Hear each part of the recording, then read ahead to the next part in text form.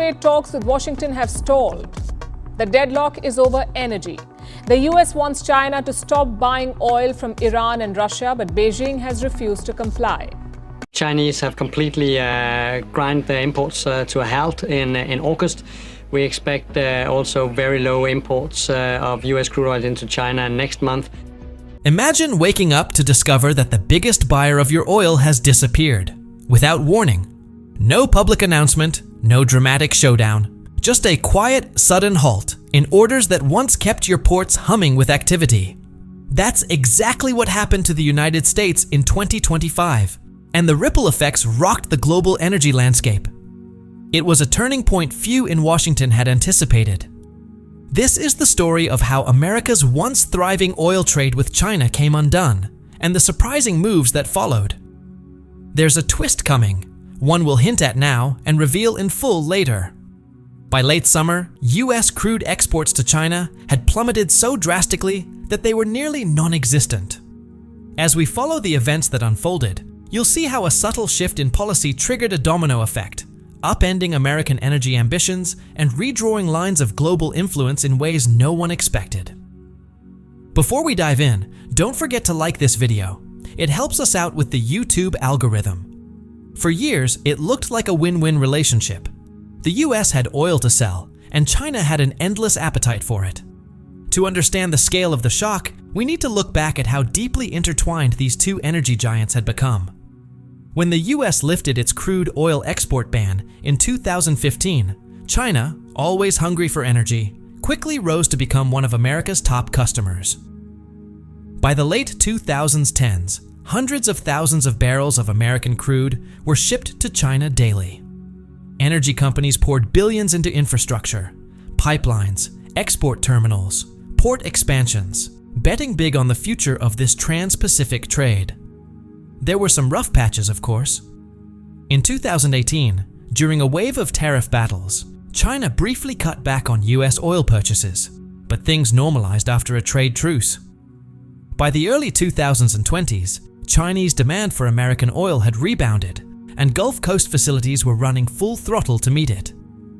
All of this momentum came to a crashing halt in 2025, when a new trade conflict abruptly upended what had seemed like a stable, if tense, partnership.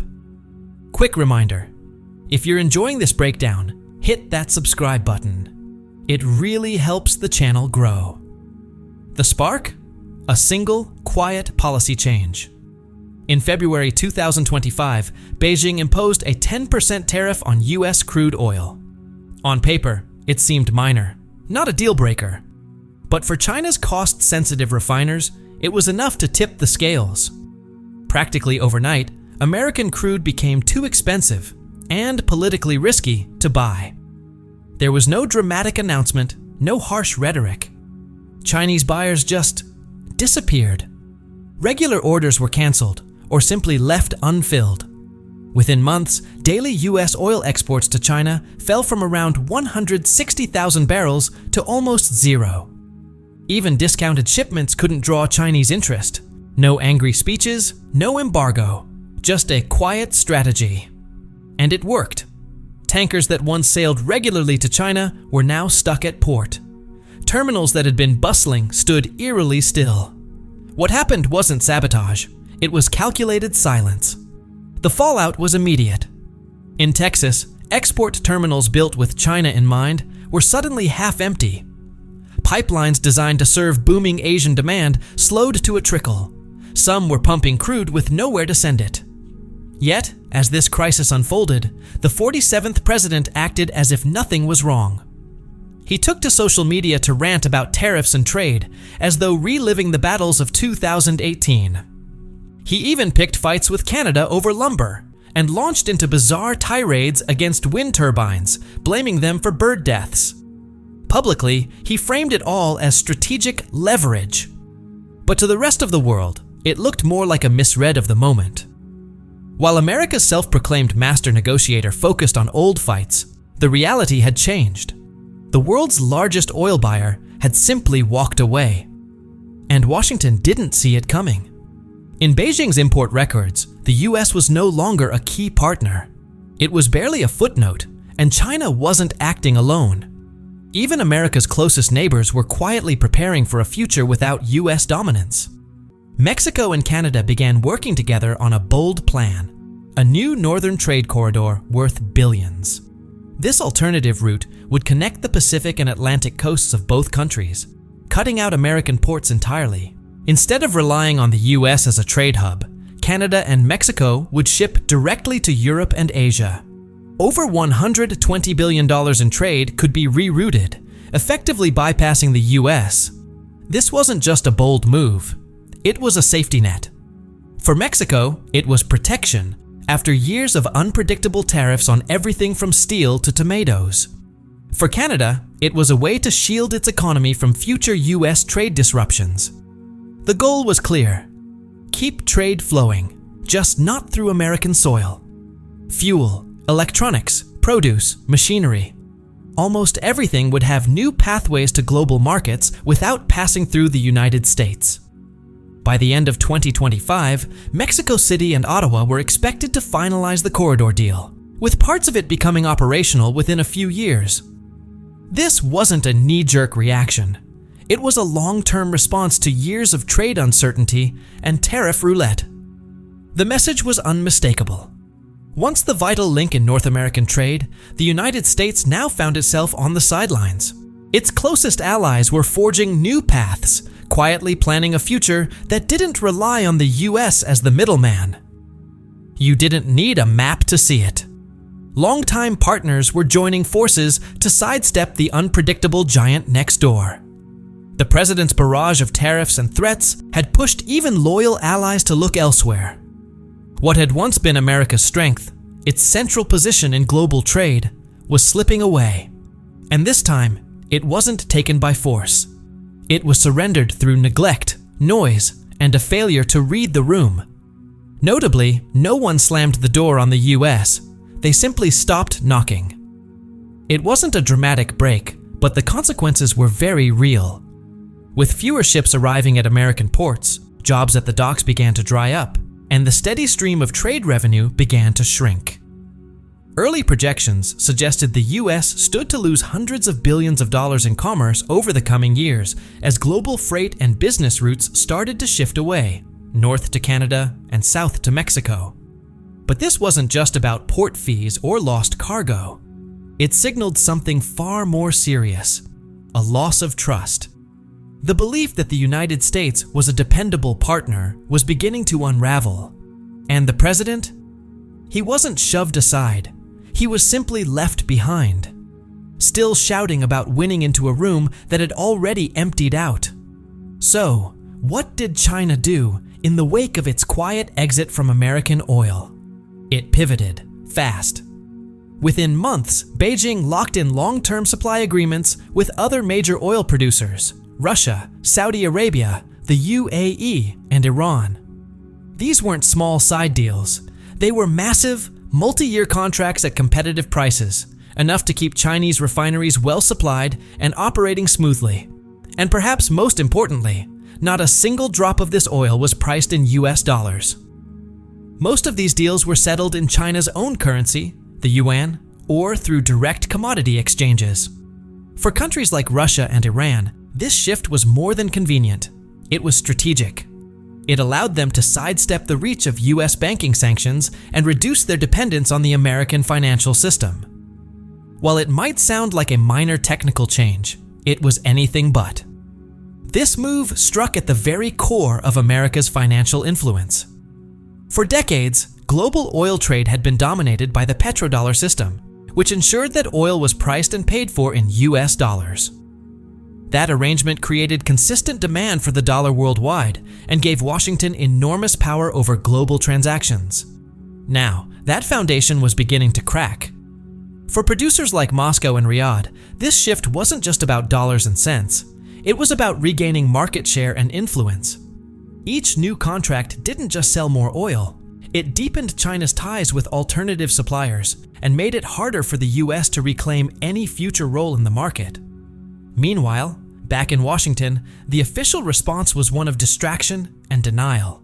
The president, who once claimed he could outdeal OPEC, deflected attention by blaming Canada for rising lumber prices or attacking wind turbines over their threat to birds. While he ranted, the world quietly moved on. America's energy policy by now resembled less a coherent strategy and more a yard sale of outdated slogans and broken assumptions. Officials still talked about energy dominance, but it was slipping away in plain sight. The trade war bravado of past years had aged poorly, like milk left out in the sun. Even if US crude were offered at rock-bottom prices, it no longer mattered. China's new system wasn't set up to receive it. Their ports had shifted to handle different types of crude. Their pipelines had been rerouted. Their refineries were calibrated to process oil from the Middle East and Russia. Trying to reintroduce American oil now would be like forcing a square peg into a round hole, while proudly claiming you invented the shape. The only thing flowing out of the White House at this stage was hot air, and it wasn't just crude oil that got sidelined. US liquefied natural gas exports to China also plummeted. China turned instead to long-term LNG contracts with Qatar and Russia, locking in energy supplies from alternative sources for years to come. China, the world's largest oil importer, had rewritten the energy playbook and didn't bother sending the US a copy. This wasn't only about shifting suppliers. It was about changing the rules of the game, especially when it came to how oil is paid for. By mid-2025, most of China's new oil deals were no longer tied to the US dollar. They were priced in yuan or based on direct exchanges. That might sound like a small accounting change, but it had enormous implications. Every time oil was traded without using the dollar, it reduced Washington's visibility, its leverage, and its control over international finance. The petrodollar system had long been a pillar of American power. It kept global demand for the dollar high and allowed the US to influence or block transactions through its control of the global banking system. But now, each oil deal outside that system was like a small incision into the financial artery that powered US influence. With every deal signed in yuan, Washington's ability to impose sanctions, monitor trade, or dictate terms weakened. The US, once used to calling the shots with its economic power, found itself increasingly sidelined. And how did Washington respond? With little more than a shrug.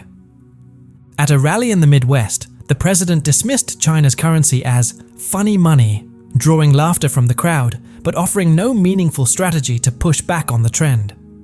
Meanwhile, China had gained something very real: insulation. If global markets got shaky or prices spiked, Beijing could rely on its stockpiles and stable supply contracts to keep its economy steady. In effect, China had built itself a shield against both price shocks and political pressure, and in doing so, it had gained a powerful edge in any future oil price negotiations or geopolitical disputes. Back in the US, the contrast was striking. Congress was still arguing over whether to even begin refilling the nation's strategic petroleum reserve. Years of emergency sales had left it at its lowest level in decades, but replenishing it wasn't high on the administration's agenda. While China was quietly building resilience, the US was debating whether to restock its safety net at all. The issue of America's depleted strategic petroleum reserve became just another political football, kicked back and forth in Washington with no real solution in sight. Meanwhile, the reserve remained partially empty. It's fair to wonder if the 47th president even remembered where it was stored. As Beijing's oil storage tanks brimmed with reserves, the US response looked more like strategic denial than action. At this point, the White House wasn't exporting oil or innovation. It was exporting denial. The administration clung to past victories and doubled down on its narrative, as if nothing had changed. It felt like a one-man show. Call it Mission Accomplished 2. Trade War Boogaloo, a dramatic reenactment of a win in a trade war that the rest of the world had quietly moved on from. The performance continued, met with puzzled looks from both allies and adversaries. It was confidence on display, but in an empty theater. China's exit from buying American oil wasn't an isolated move. It was part of a much larger shift, one that began reshaping global energy markets. Other major buyers were paying attention and adjusting their strategies accordingly. Take India, for example. By mid-2025, it had locked in expanded long-term oil deals with Russia, many of them offered at deep discounts. But it wasn't just the volume that caught Washington's eye. It was the payment terms. A significant portion of those purchases were settled in alternative currencies, including the yuan, effectively bypassing the US dollar. India also began reviving long-forgotten supply routes, including old Soviet-era logistics paths and Arctic sea lanes. The goal? To move oil from Russia without relying on risky choke points like the Strait of Hormuz or congested Southeast Asian routes near Malaysia and Thailand. Following China's lead, Indian energy planners started prioritizing suppliers that offered flexible payment terms and were open to using non-dollar currencies. In some instances, they even explored barter-style arrangements or regional currency settlements, sidestepping the dollar-based system entirely. This wasn't just about economics, it was strategic risk management. Countries had watched how a simple tariff dispute between the US and China could send shockwaves through global energy markets overnight. They were determined to prevent a repeat. So, diversification became the new mantra. Diversify suppliers, diversify payment options, and build in buffers against political volatility. It was a quiet, methodical shift, not the kind that makes headlines, but one that was steadily redrawing the map of global trade. Even traditional allies in the West were adapting. European importers continued to buy US oil to make up for the loss of Russian crude, but the power dynamic had shifted. With more suppliers to choose from, European buyers found themselves in a stronger bargaining position. They began negotiating better deals, asking for discounts, looser insurance terms, and more flexible payment windows. In essence, they were now using the same playbook the US had once used, but this time, the rules had been rewritten in places like Moscow, Riyadh, and Beijing. If you're enjoying this deep dive into global energy shifts, make sure to subscribe to the Timefold channel and don't forget to hit the like button.